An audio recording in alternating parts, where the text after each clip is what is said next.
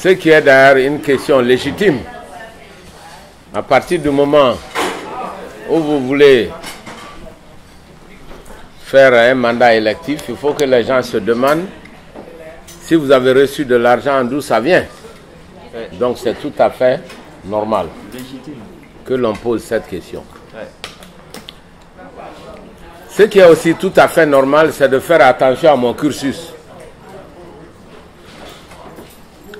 Parce que moi, je suis un docteur d'État en économie, diplômé de la Sorbonne et diplômé de Harvard. Je dis ça pourquoi? Parce qu'en Guinée, on a l'habitude de mettre tout le monde au même niveau. Si un économiste comme moi, je rappelle à tout le monde que le rôle de l'économie, c'est d'enrichir les individus et les nations. Si un économiste comme moi n'arrive même pas à faire une entreprise et gagner un peu d'argent, c'est qu'il n'a pas compris ses cours. Des gens comme moi n'ont pas Kofi Annan, ils ont 20 fois Kofi Annan. 20 fois Kofi Annan. Si j'étais dans un pays comme le Nigeria, au lieu d'avoir une université, j'aurais dû avoir 15 ou 20. Un moment, j'ai dû arrêter mon expansion parce que le pays il est trop petit. Voilà. Premièrement, il faut dire que j'ai construit Kofi Annan avant même d'être membre du gouvernement pour 7 mois seulement. Et que c'est au chantier de Kofi Annan que Sidya Touré allait me trouver. Les premiers fonds de Kofi Annan sont venus du Fonds monétaire international où moi j'étais économiste. Quand j'ai eu mon doctorat, mon premier emploi c'était à Washington comme économiste au Fonds monétaire international. Et Ouattara était mon directeur. Pour rentrer au Fonds monétaire international, à l'époque, ils embauchaient 14 jeunes économistes ou 15 jeunes économistes dans le monde entier. À l'époque, il ne fallait pas être bon pour être au Fonds monétaire, il fallait être excellent parmi les excellents. Pour pouvoir être même juste qualifié pour rentrer là-bas. Et c'était à l'issue d'un concours à travers le monde entier. Je venais de finir mon doctorat d'État à Paris à 28 ans, ce qui était un grand record, même chez les Français. Et j'avais 2 prix de l'Académie de Paris. Mention très honorable et félicitations du jury et 2 prix de l'Académie de recherche de Paris. Quand j'ai fait le concours pour être admis au Fonds monétaire parmi les 14 jeunes dans le monde entier. Voilà un peu mon cursus. Et c'est de là-bas, après 3 ou 4 années, que j'ai décidé de rentrer en Guinée. Comment je suis rentré en Guinée? C'est qu'à l'époque, au moment de l'ajustement structurel, quand les militaires, le président Conté est venu à la mort de Sékou Touré, voilà, on avait un programme d'ajustement structurel. Donc les Guinéens étaient à la recherche de compétences à Washington. À l'époque, c'est Ouattara qui était mon directeur du département Afrique. Moi, j'étais au département Afrique.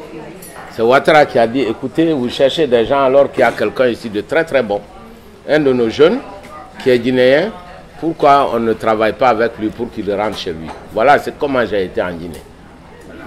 Et à l'époque, j'ai été le seul à accepter de laisser mon salaire de Washington pour aller travailler au salaire guinéen. D'ailleurs, j'ai fait 2 ans sans être payé à la Banque centrale. Voilà. On m'a dit que je suis fou. Jusque-là, les gens me disaient, j'ai mon ami à Washington encore, quand je vais, il dit, hé, toi tu es fou. Comment tu as pu faire, tu as pu aller chez toi comme ça en Guinée? Sans être ministre, parce que les gens quittaient là-bas, mais pour être ministre. Moi, j'ai quitté pour être juste cadre à la Banque centrale, pour aider Karfala Yansane à restructurer la Banque centrale et à mettre en place le programme d'ajustement structurel dans les années 87. C'est comme ça que j'ai été en Guinée. Et j'étais déjà confirmé au Fonds monétaire à Washington. Et d'ailleurs, ils ne m'ont jamais fermé la porte. Ouattara m'a toujours dit, viens à Washington. Après cela, c'est en ce moment qu'on m'a viré. Après 2-3 années, j'ai eu des discussions, des problèmes avec tout le monde. On m'a mis de côté. On m'a mis carrément au chômage. Il était question pour moi de retourner, comme Ouattara me l'a dit, retourne à Washington et puis on te reprend. C'est là que j'ai dit non, je ne vais pas refaire la même chose. C'est pas riche pour moi. je vais faire une entreprise, je vais faire une école, parce que j'ai toujours donné des cours. À Washington, j'ai donné des cours de macroéconomie à l'Institut de Fonds monétaire international. Et quand je suis allé à Conakry, je donnais des cours gratuitement à Gamal pendant des années. J'ai beaucoup de mes étudiants sortis de Gamal. C'est comme ça ils m'ont connu. Et je ne ratais jamais mes cours. Et je n'étais pas payé. J'ai dit de ne même pas me payer. Parce que, je dis tout ça parce que les Guinéens ne croient pas à la générosité. Yeah. On croit toujours que quand on est généreux, il y a quelque chose en dessous. Donc, c'est comme ça. Et quand j'ai eu des problèmes, que j'ai commencé à faire Kofi Annan, j'étais au chômage. Donc, c'était en 1995 que j'ai commencé à faire Kofi Annan. Ça fait aujourd'hui quoi, 23 ans, non? 95 ouais. 23 ans. Ça fait 23 ans. Je dis ça parce que les gens croient toujours que c'est du court terme. Quand vous voulez faire quelque chose comme ça, c'est sur le long terme. Si vous enlevez 23 années de l'âge de beaucoup, ils seront trop jeunes. Ouais. Donc quand je commençais déjà Kofi Annan. Et quand j'ai démissionné du Fonds monétaire international, je suis allé avec mon chèque de 140 000 $. À l'époque, mon chèque de 140 000 $, je suis allé jusqu'à montrer au chef de l'État pour dire « Je vais investir, ne pensez pas que c'est votre argent. » Oui. Wow. Ça, c'est à Washington, chacun peut demander. Parce que comme j'avais cotisé Social Security, donc quand tu quittes, on te donne ton chèque. C'est avec ça que j'ai commencé Kofi Annan. Mais ça ne suffisait pas pour finir le premier bâtiment. Arrivé au deuxième étage, j'avais quelques problèmes pour couvrir le bâtiment. C'est en ce moment que je me suis adressé à la Bissigui. Il se trouvait que c'est mon ami de l'Université de Paris, de la Sorbonne, qui était directeur adjoint de la Bissigui, Mangafodé Touré. Et il a dit, il n'y a pas de problème, mais en réalité, il a fallu que son directeur général, qui était un Français, vienne au chantier. Quand il a vu comment ça allait, c'est la Bissigui qui a financé une première fois. Voilà comment j'ai fait R+2. Mais pour finir le premier bâtiment, ça m'a pris 4 ans. 4 ans, le premier bâtiment. Pour finir le second grand bâtiment, ça m'a pris 5 ans. Chaque fois je faisais R+2, j'arrêtais. Quand j'avais un peu d'argent, je continuais. Mais après les 2 grands bâtiments, j'avais suffisamment de capacité pour construire les autres immeubles un peu plus facilement. Voilà comment ça s'est passé. Il n'y a aucun secret dedans. C'est le long terme, par un spécialiste de l'économie, qui était professeur. J'étais obligé d'enseigner du matin au soir pour réduire les coûts d'opération, les coûts d'exploitation. Parce qu'au départ, vous n'avez pas beaucoup d'argent. Et c'est sur le long terme que ça se passe. Ce n'est pas du jour au lendemain. Voilà comment ça s'est passé. Au total, j'ai emprunté à la Bissigui 3 fois. Ils m'ont fait crédit au moins 3 fois. Plus mon propre argent de départ, 140 000 $. C'est comme ça que j'ai fait Kofi Annan. Il n'y a aucun secret là-dedans. Ce n'est pas extraordinaire pour quelqu'un de mon cursus. C'est moi-même qui faisais la moitié des heures de cours au départ.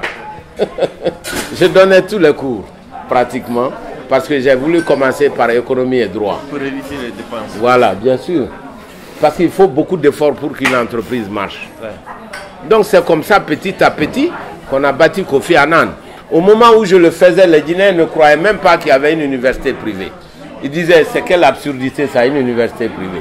J'étais obligé de leur dire, allez-y aux États-Unis, toutes les grandes universités sont privées. Dans le monde, toutes les grandes universités sont privées. Pour une raison très simple, les écoles privées en général donnent toujours des meilleurs cours que les écoles publiques. C'est vrai en Guinée, c'est vrai en Côte d'Ivoire, c'est vrai en France, c'est vrai aux États-Unis, c'est vrai dans le monde entier.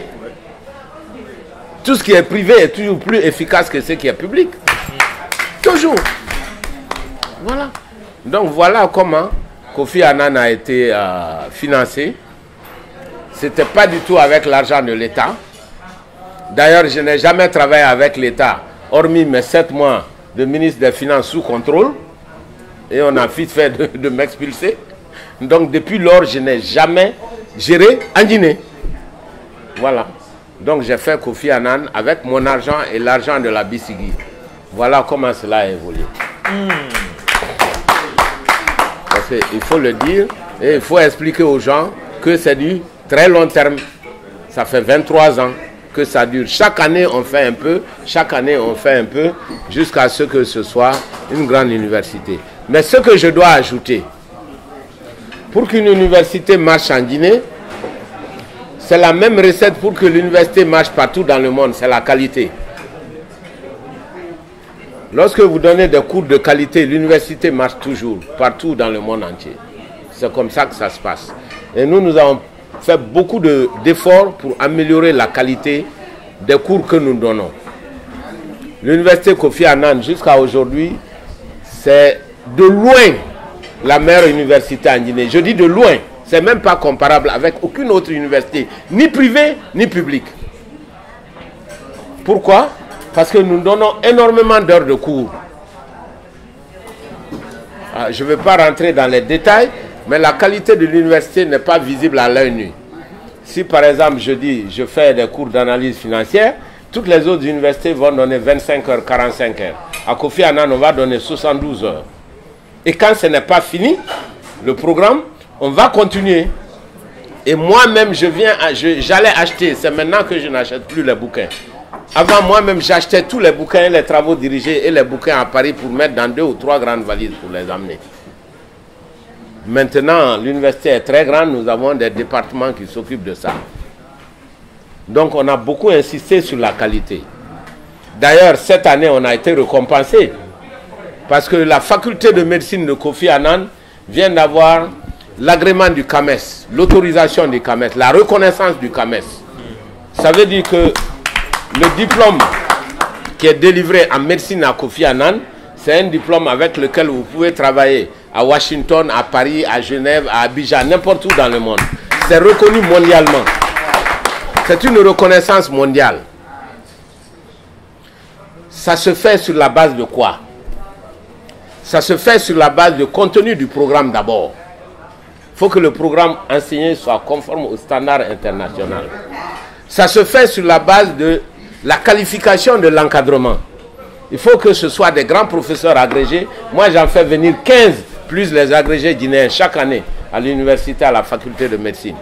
À telle enseigne que tous les enseignants de Gamal en médecine envoient leurs enfants à Kofi Annan. Tout le monde envoie son enfant à Kofi Annan. Même les enseignants et les encadreurs de Gamal en médecine. Tous les profs de médecine de Gamal envoient leurs enfants à Kofi Annan. C'est le meilleur indicateur de la qualité. Donc, il n'y a pas de hasard qu'on soit reconnu au niveau international. Voilà. Il n'y a aucun hasard. C'est un effort. Et là, je dois ajouter ceci. L'aventure de l'université, ce n'est pas pour faire de l'argent. Malgré toute la propagande du gouvernement contre nous, les universités privées. Je vais vous dire, vous savez le coût moyen d'un étudiant dans une université privée en Guinée, ce que le gouvernement paye comme frais de scolarité, c'est 500 $ en moyenne. Même pas. 500 $ par an. Par mois ou par an? Ce que l'État paye aux universités privées comme frais de scolarité des étudiants, en moyenne, c'est 500 $ par an. Par an. Wow. C'est d'ailleurs moins de 500 $ parce que ça fait 4 millions. 3 500 000, 4 millions, 4 500 000 en moyenne. Ça fait moins de 500, non? Par an. Je vais finir. Les deux filières les plus chères, c'est médecine, ingénierie. Ingénierie qui fait 1000 $ et médecine qui fait 1500, 1600 $ par an. Dans tous les pays autour de nous, c'est le double ou le triple. Mais ces pays autour de nous n'ont même pas encore la reconnaissance CAMES que Kofi Annan vient de décrocher. Ça veut dire qu'on peut arriver à faire quelque chose de bien, même en Guinée, malgré l'adversité de l'environnement, malgré la pauvreté de l'environnement. On peut toujours arriver à faire quelque chose. Aujourd'hui, nous avons une université où nous avons le minimum. Nous avons des laboratoires équipés. Nous avons des bibliothèques physiques où on a des milliers d'ouvrages. Et nous sommes connectés à Internet et nous sommes abonnés à beaucoup de bibliothèques virtuelles dans le monde. Nous avons des centaines de milliers d'ouvrages par Internet aujourd'hui. Qu'on fait aujourd'hui à Kofi Annan.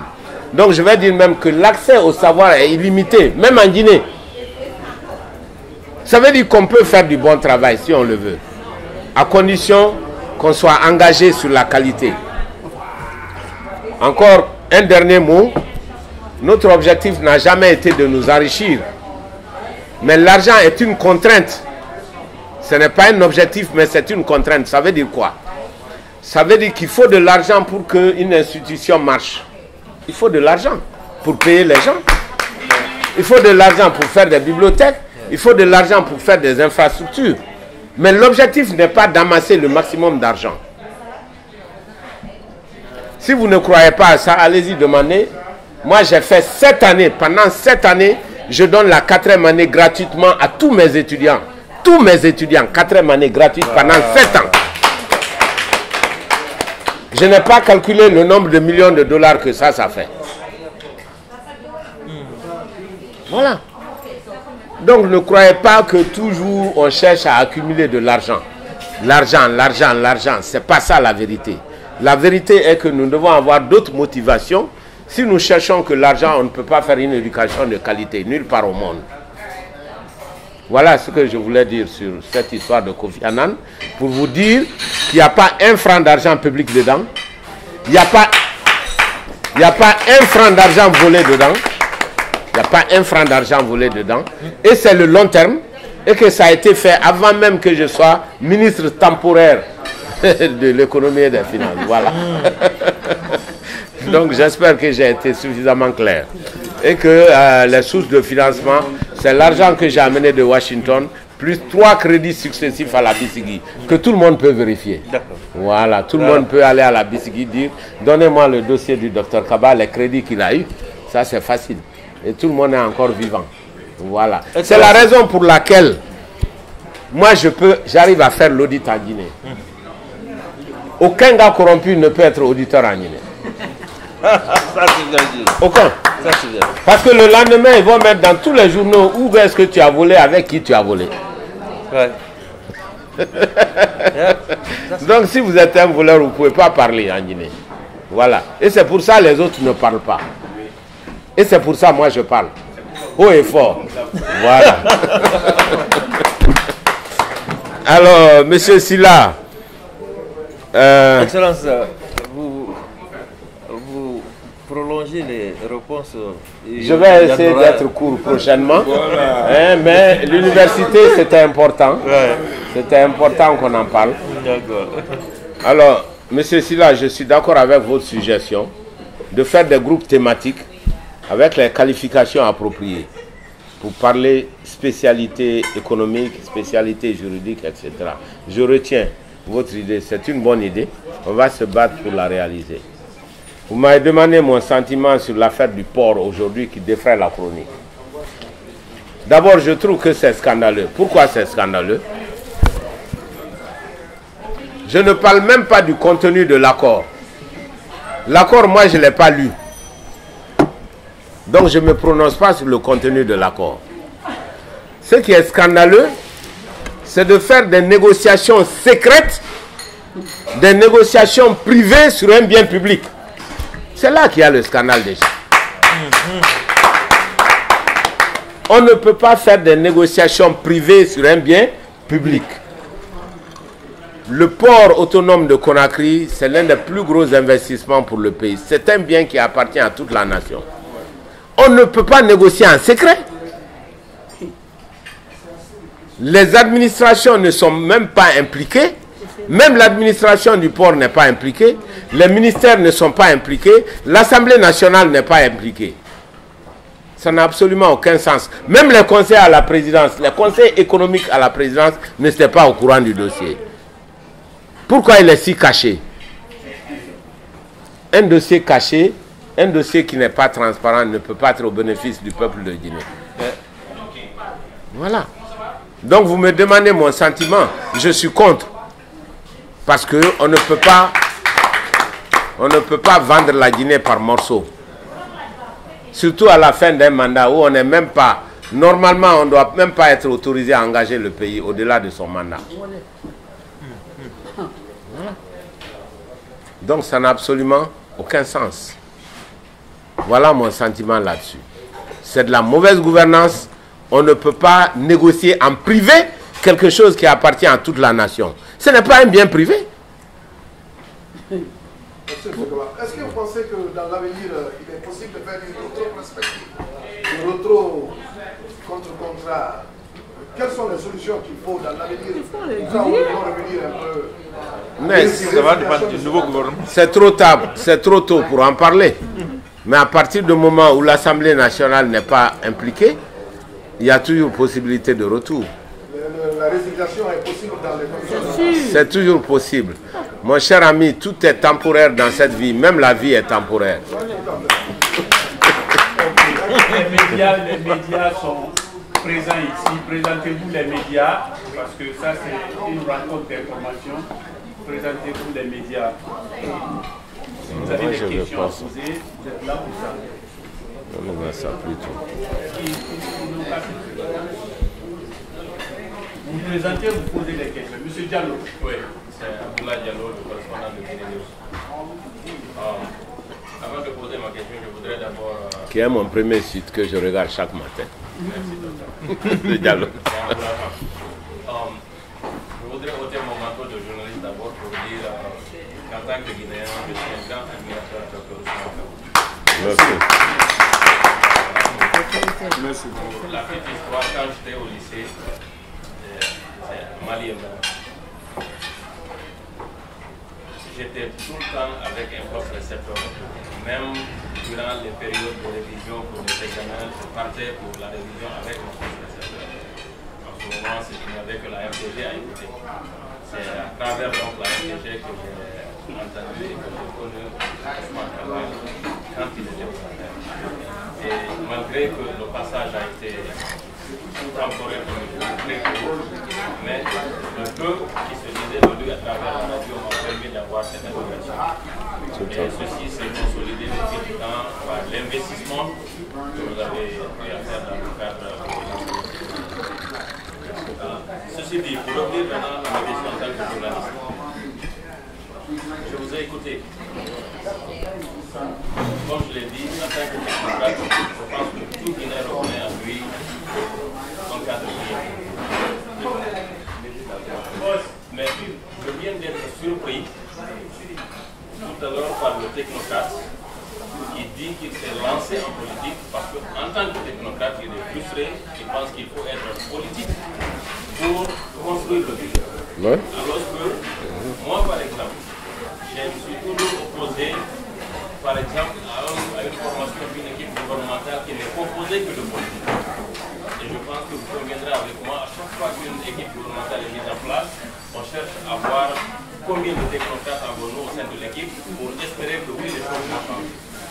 Donc, dites-moi ici, en quoi vous estimez que là où le technocrate a échoué, en Guinée, c'est le politique que vous êtes maintenant pourra réussir. Ça, c'est ma première question.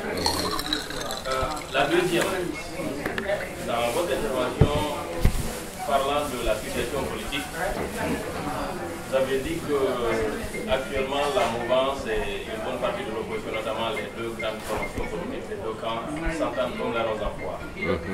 En preuve, le chef de file est payé à 500 millions de francs guinéens.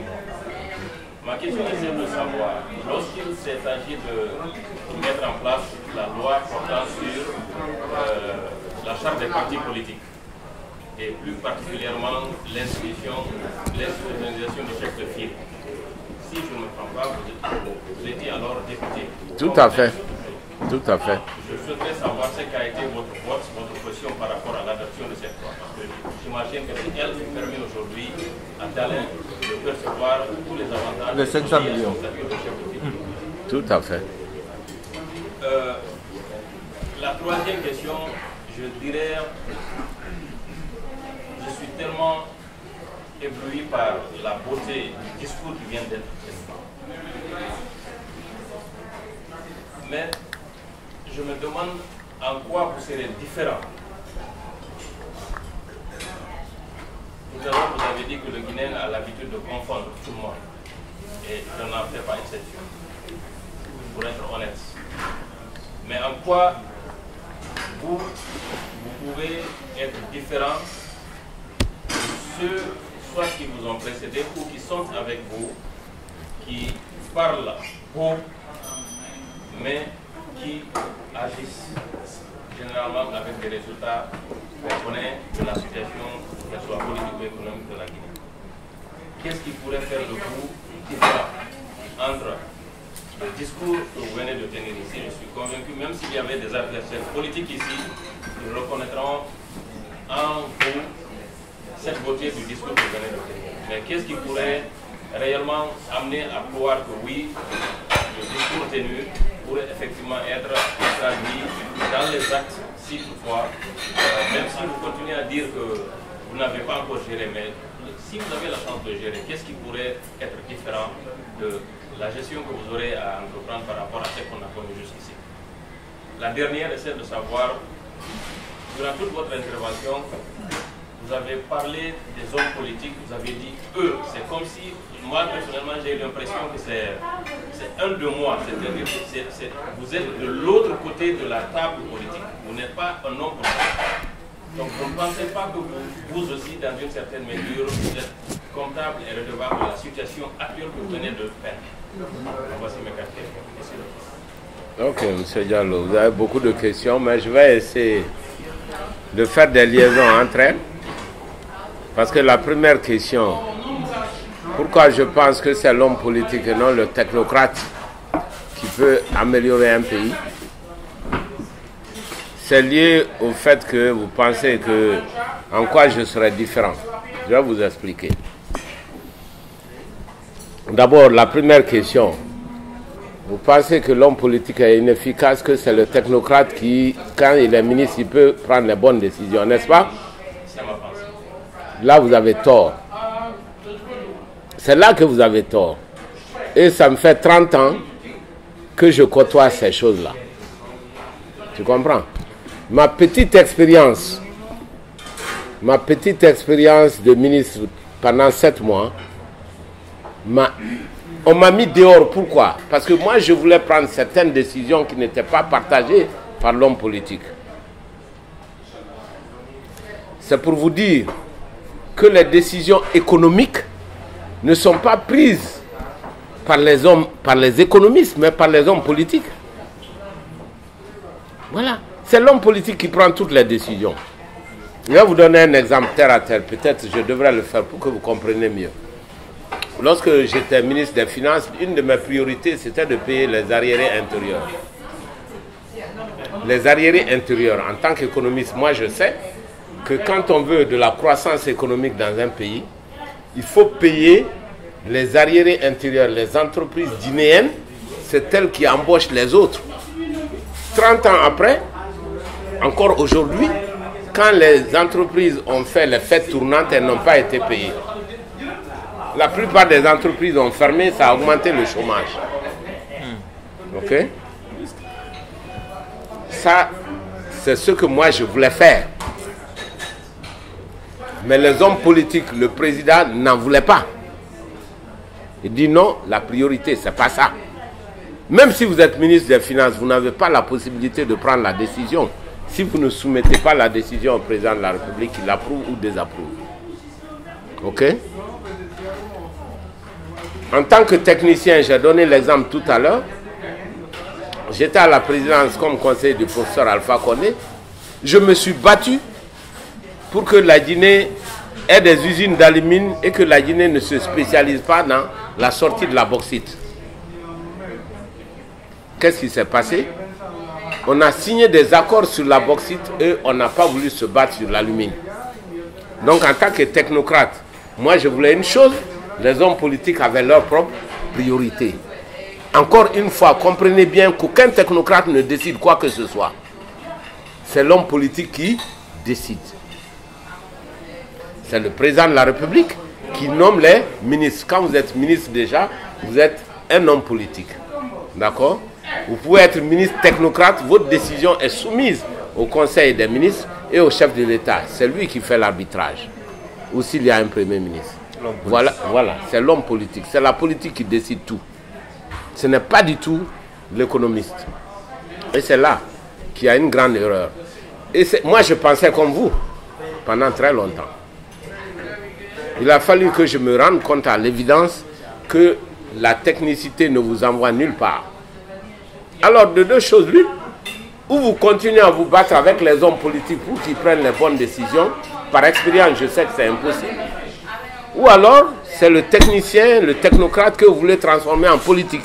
S'il a la chance d'avoir le pouvoir politique, là, il va faire la bonne politique économique. Voilà pourquoi. Hein? Donc, c'est une erreur de penser que les technocrates prennent des décisions. Ils ne prennent rien du tout. Tout est politique et c'est l'homme politique qui décide. C'est lui qui décide.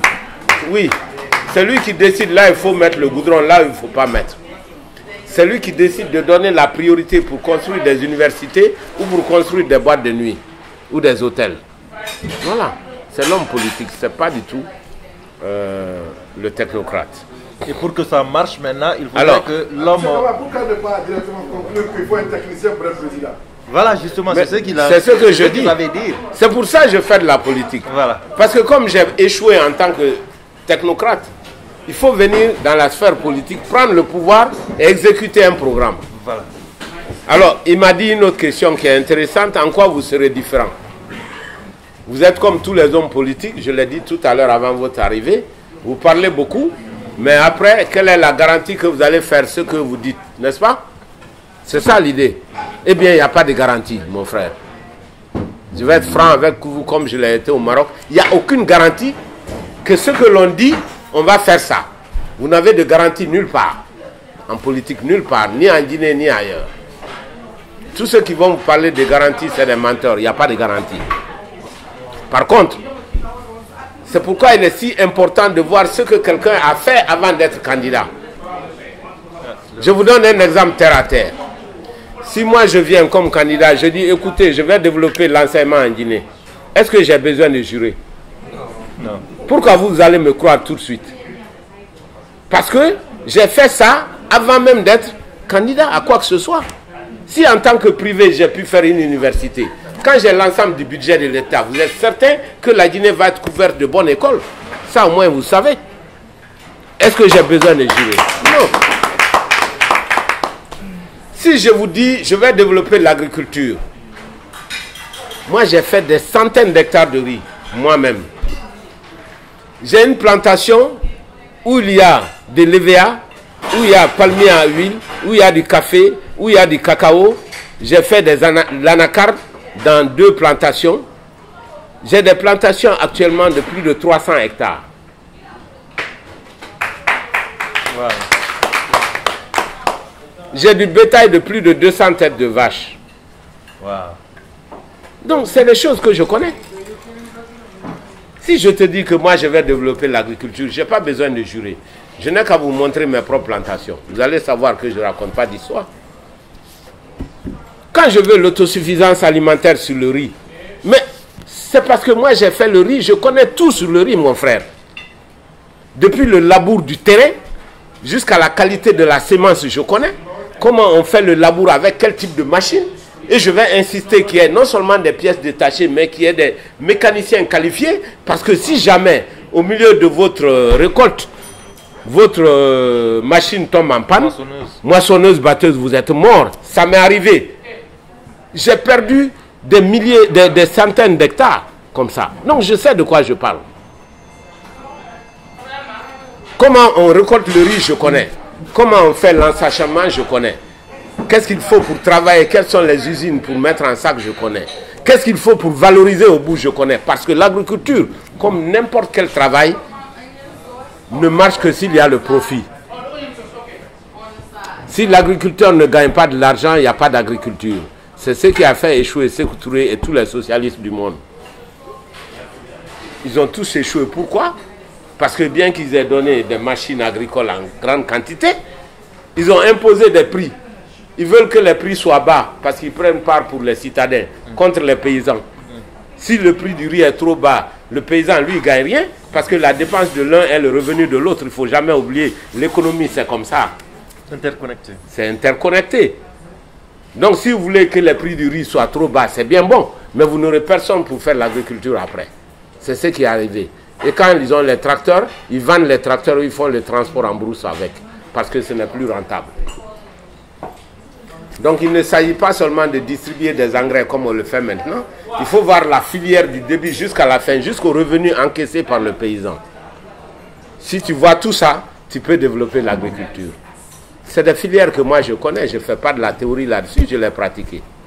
Et je le pratique encore aujourd'hui. Chaque année, moi je fais du riz, chaque année je fais mes plantations.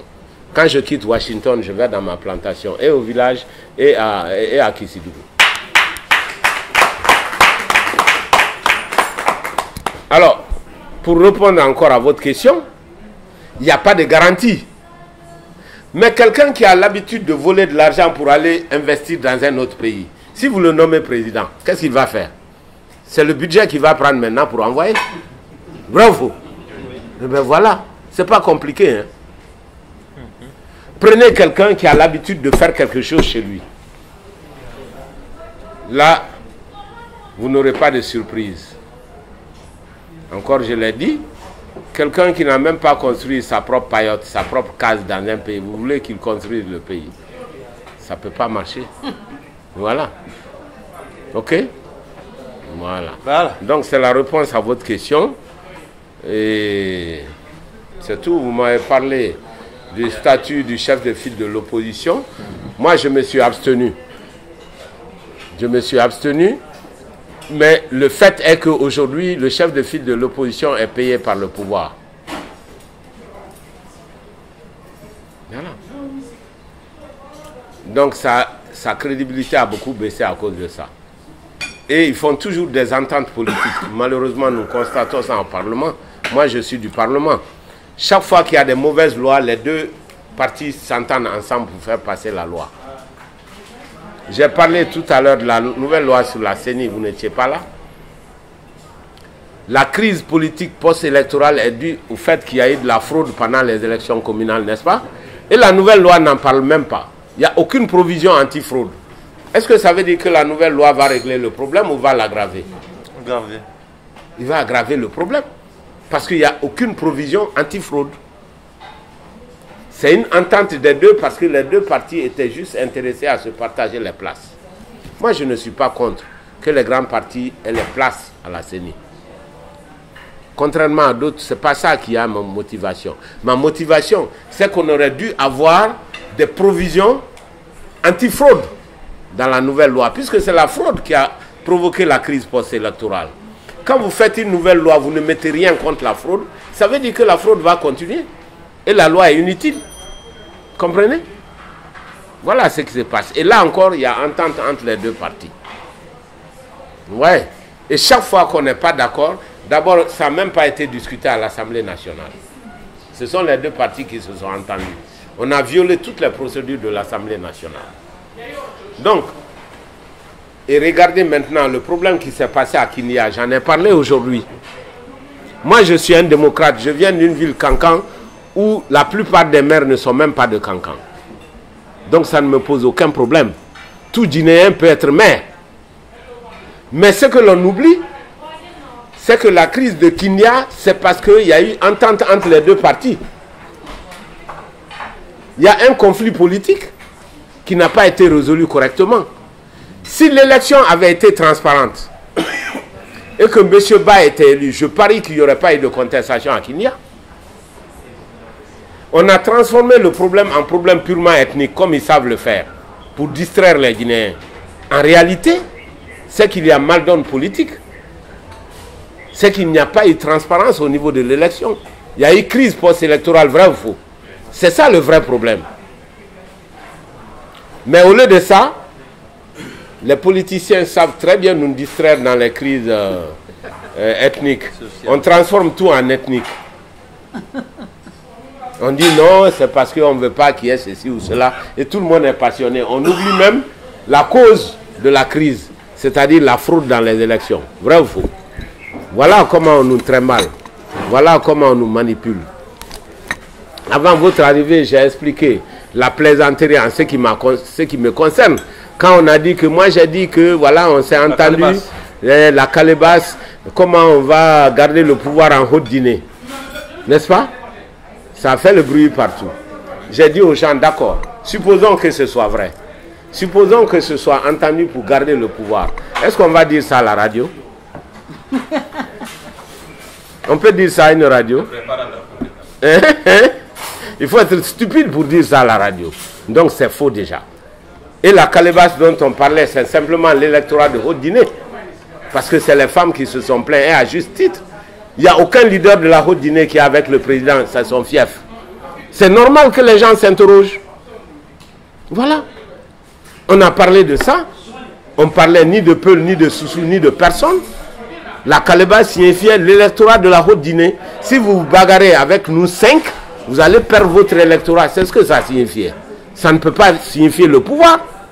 Pourquoi ça ne peut pas signifier le pouvoir? D'abord, nous, on ne fait pas partie du pouvoir. On est opposant, vrai ou faux? Est-ce qu'on peut garder quelque chose qu'on n'a pas? C'est impossible. Première chose. Et deuxièmement, aucune région ne donne le pouvoir en Guinée. Il faut 2 ou 3 régions, vrai ou faux?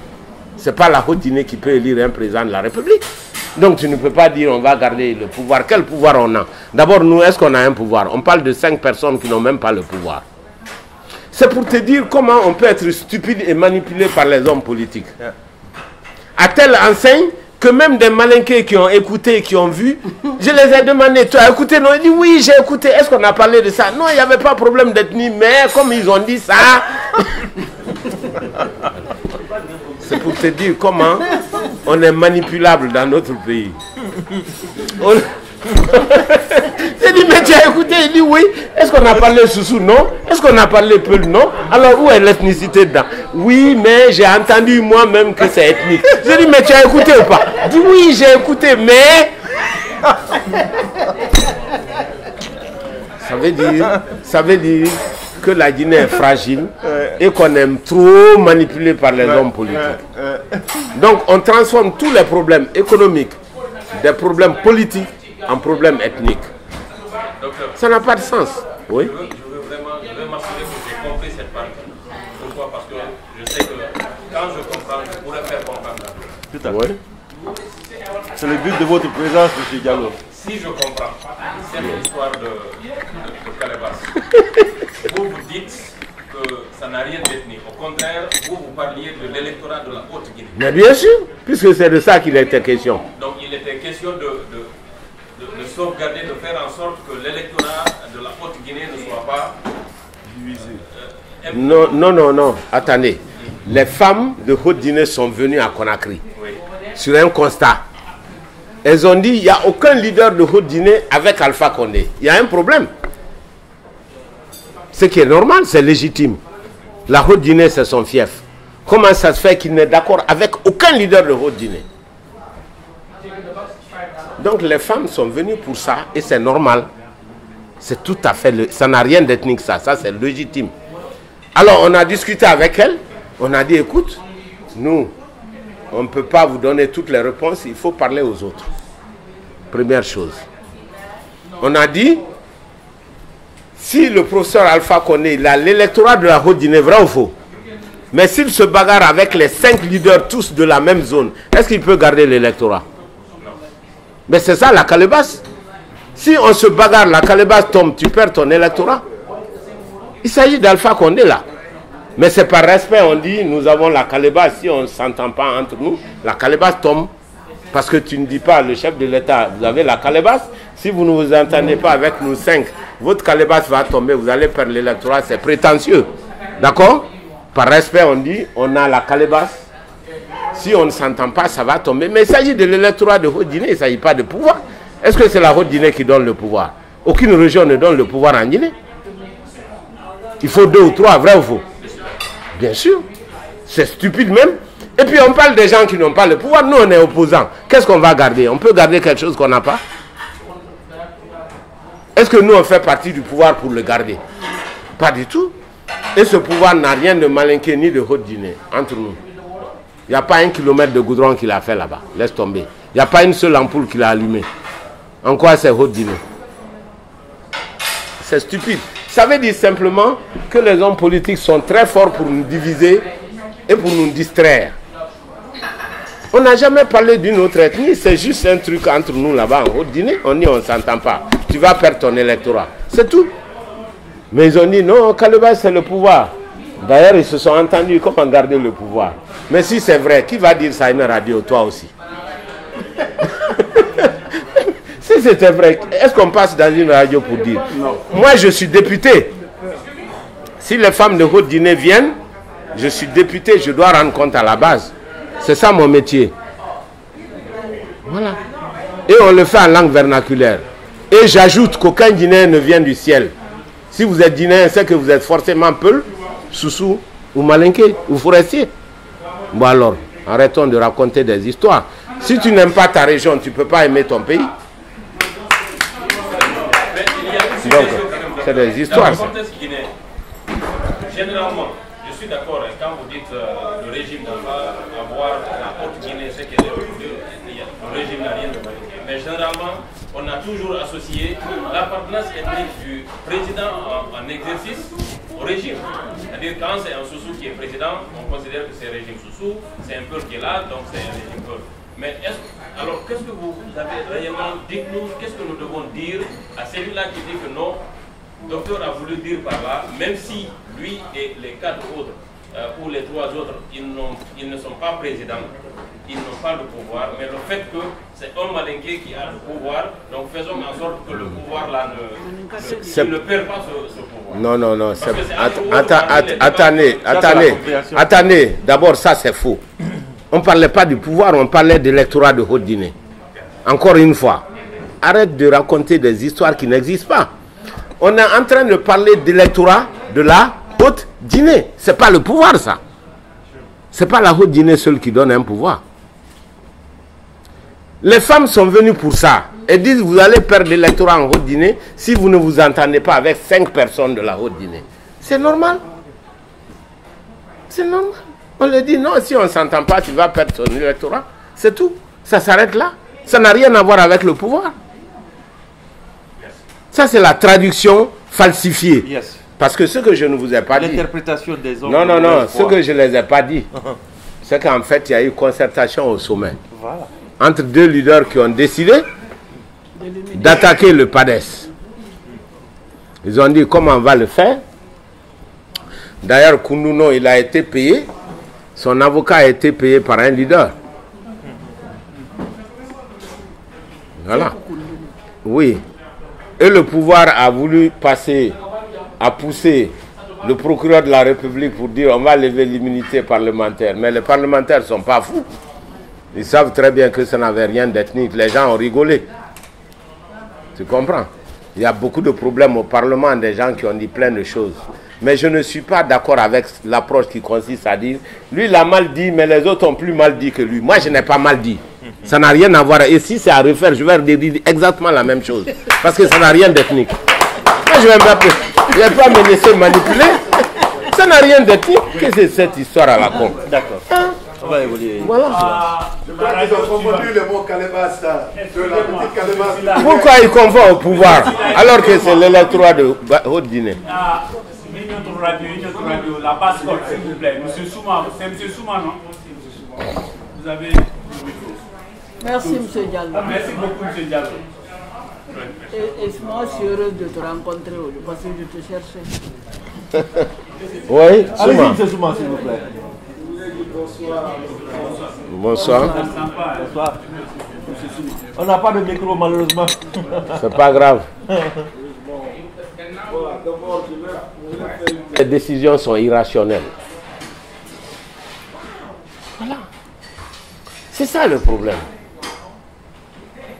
Donc ce n'est pas, comme vous dites, il n'y a plus de corruption en Europe, en Amérique que chez nous. C'est pas vrai. Non, attendez. Ne confondez pas la valeur absolue et la valeur relative. D'accord? Je m'explique. Ici à New York, si le flic te prend, il te donne le truc, tu ne vas pas le corrompre, il ne va pas accepter. Vrai ou faux? Hein? Bien sûr qu'il y a la corruption à un certain niveau. Mais la corruption est très faible par rapport au revenu national. Dans un pays comme la Guinée, un pays très pauvre, quand on vole 40 millions de dollars, 50 millions de dollars, 100 millions de dollars, c'est énorme par rapport à la richesse du pays. Presque tu prends la moitié de tout ce que le pays produit. Donc on ne peut pas dire qu'il y a plus de corruption ici que là-bas. Ce n'est pas vrai du tout. Dans tous les pays du monde, il y a la corruption, mais ça n'impacte pas trop sur les décisions ici. Et la part du gâteau de la corruption est infime par rapport à la richesse globale du pays. Comprenez? Ça devient insignifiant. Donc ce n'est pas la même chose. Là-bas, on prend de l'argent, ça empêche de faire carrément la route. Ce n'est pas le cas ici. Aucun corrompu ne peut prendre l'argent de la route ici pour bouffer. Vous allez passer votre vie en prison. D'accord? Donc, ce n'est pas du tout ça. Alors, vous avez dit, voilà, les 20 milliards. Contrat de 20 milliards avec la Chine. Je suis bien placé pour en parler, puisque c'était moi le chef négociateur avant l'arrivée des Kassouri et des autres. Donc, je connais parfaitement le dossier. D'abord, les 20 milliards, ce n'est pas un financement. Il faut bien que tout le monde comprenne ça. C'est une promesse de financement.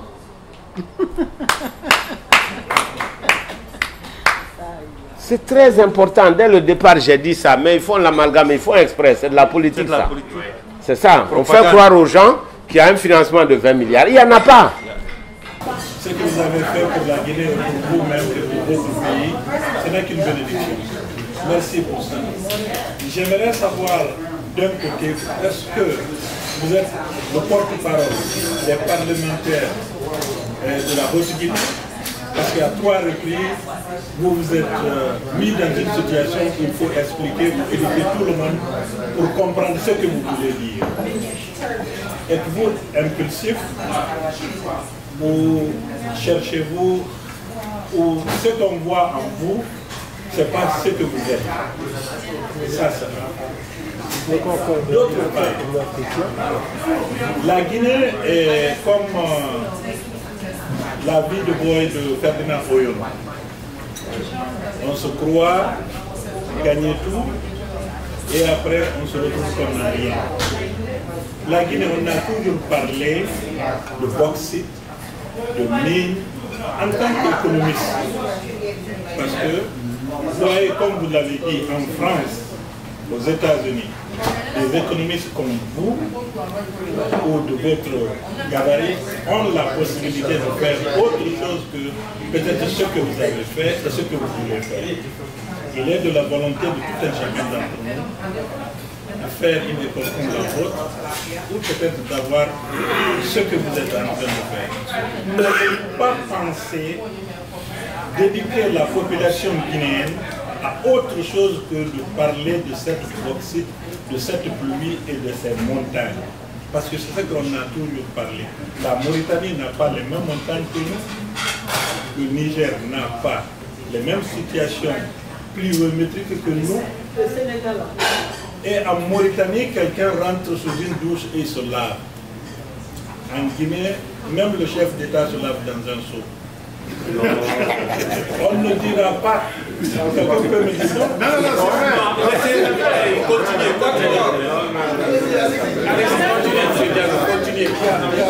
Il y a 21 jours que je suis revenu de continuer. Il a raison. Je suis de Cancan.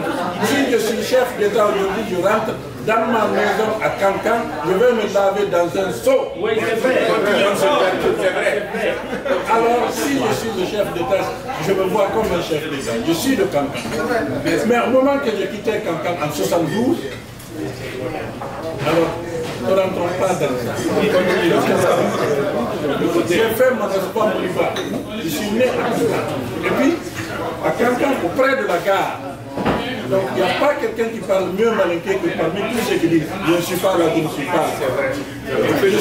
Je viens de Conakry il y a 21 jours. J'habitais au 5e étage et le moustique me piquait là-bas et j'avais et le solaire et le courant normal.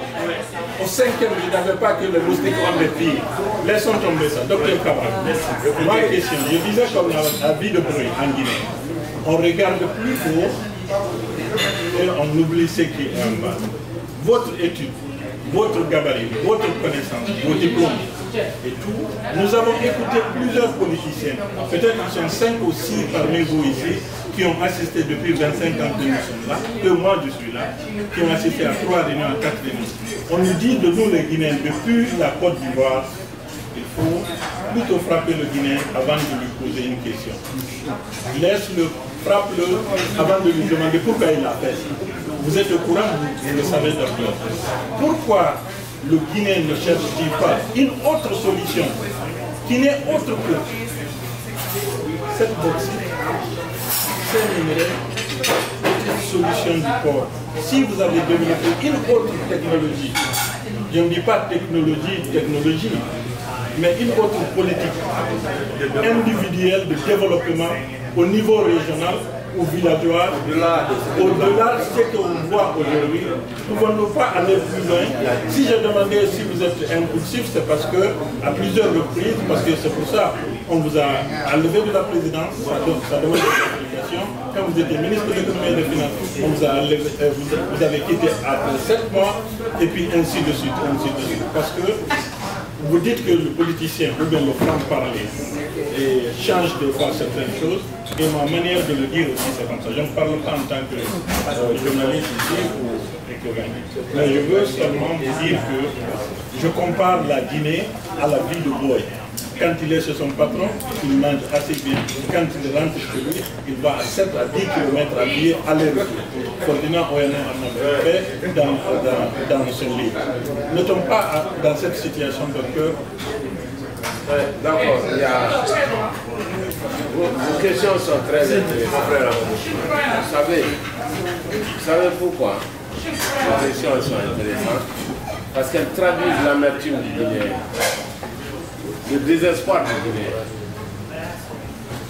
En fait, vous ne parlez pas pour vous seul.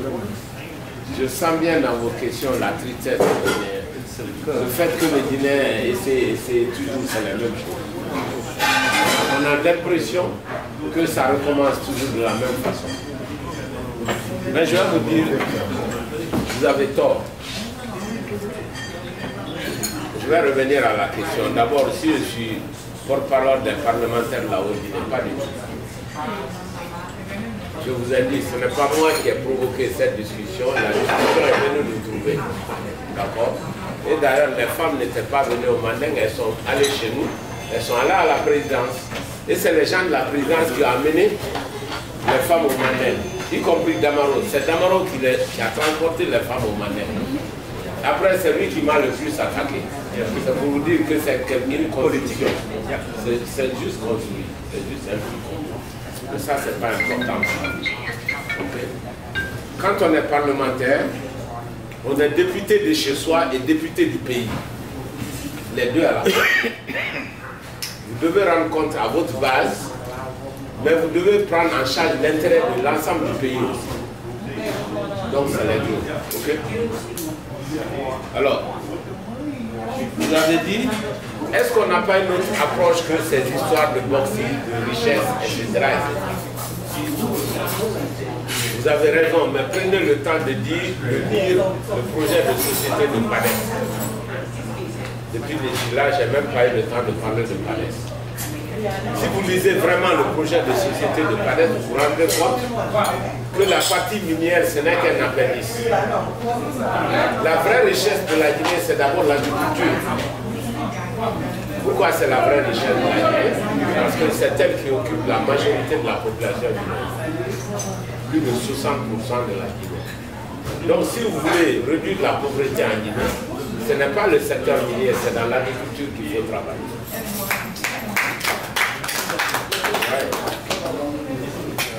J'ai l'habitude de dire quelque chose dans mes cours de sciences économiques. Je vais tenter de vous dire la même chose. Si vous voulez comprendre la différence entre les deux, imaginez 10 millions de dollars comme recette de l'agriculture et 10 millions de dollars comme recette des mines.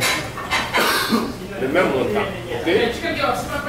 Pour avoir les 10 millions de dollars de l'agriculture, vous allez ramasser le café avec des milliers de paysans. D'accord?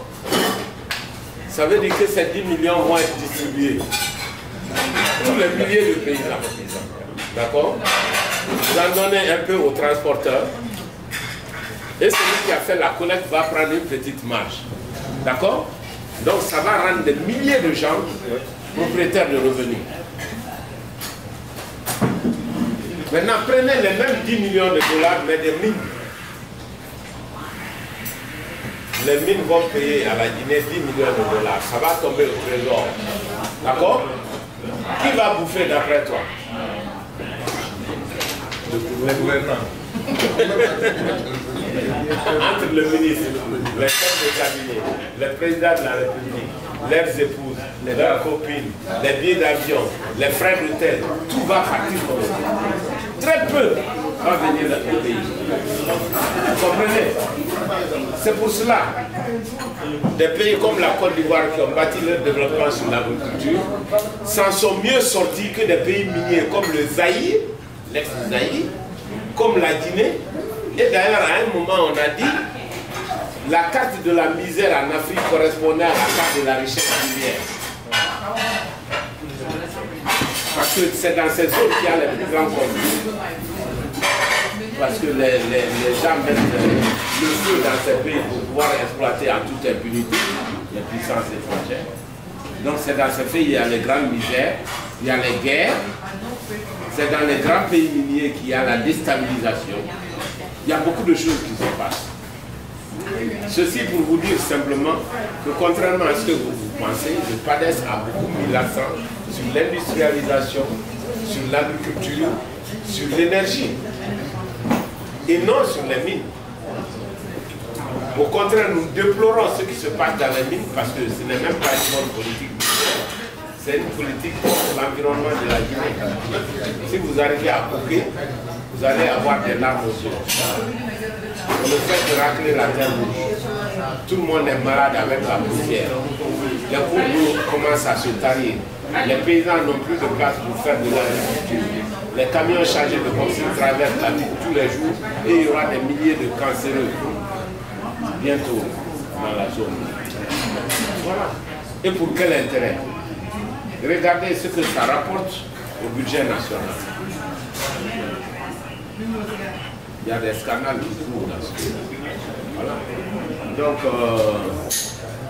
pour vous dire simplement qu'on ne passe pas le temps à parler uniquement de la boxe. Et qu'il y a beaucoup d'autres secteurs qui sont porteurs.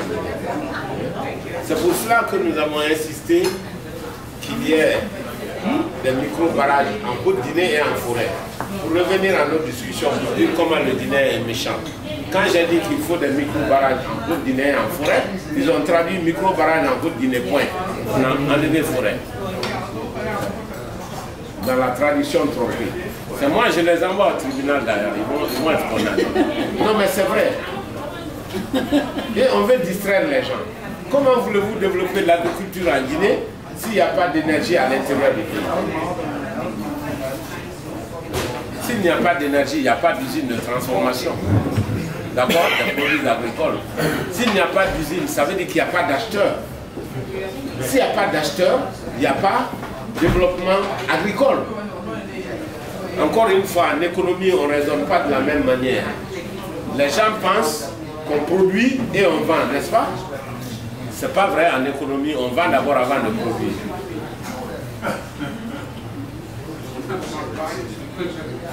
Comment ça? Expliquez. Mais en économie, on vend avant de produire. Je m'explique.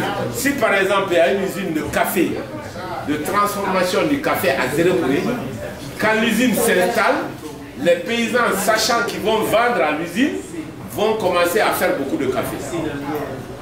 D'accord? C'est comme ça que ça marche. Donc quand il y a un débouché, l'agriculture en amont se développe.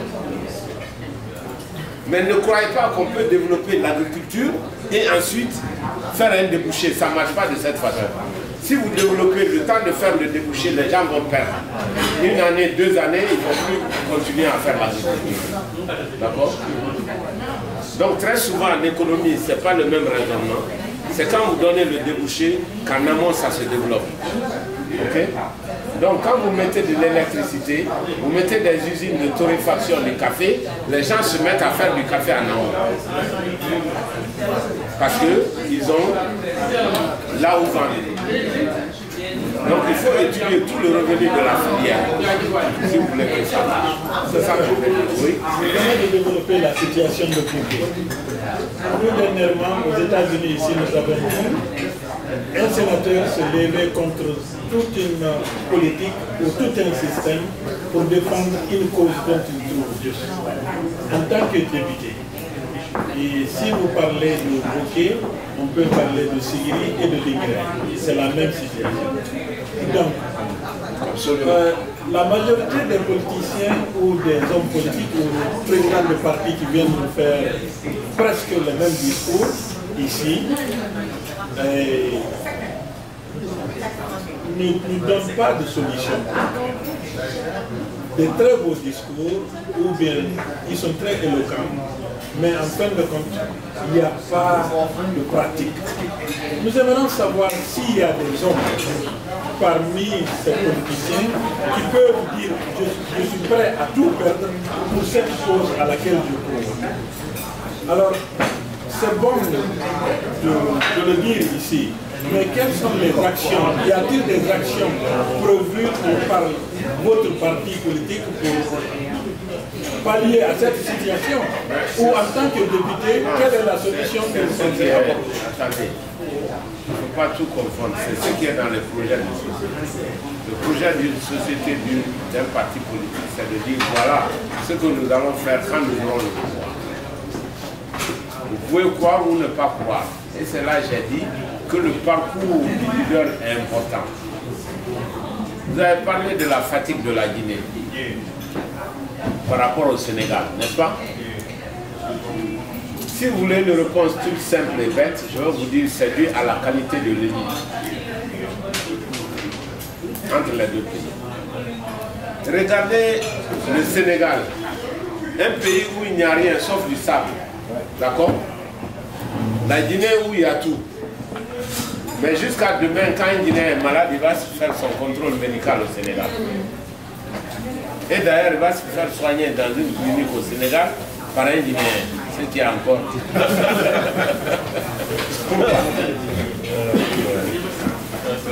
Vous voulez ma réponse toute simple? Je vous renvoie au destin des deux pays. Quels sont les chefs d'État qui ont gouverné les deux pays? Qui était le premier président du Sénégal? Agrégé d'université. Qui était le premier président en Guinée? Très courageux, mais il n'avait pas beaucoup de talent. D'accord? Le deuxième président du Sénégal, c'était qui? Abdou Diouf. Diplômé de toutes les meilleures écoles du monde. Qui était le deuxième président en Guinée? D'accord? Troisième président au Sénégal, c'était qui? Ouad, agrégé de droit et d'économie. Qui était troisième président en Guinée? Capitaine. Alors, c'est la réponse. Donc, si vous voulez que je vous simplifie pourquoi la Guinée est si en retard, à part évidemment les conditions d'indépendance, parce que là aussi ça a joué. La Guinée a payé un peu son audace sur toute l'Afrique.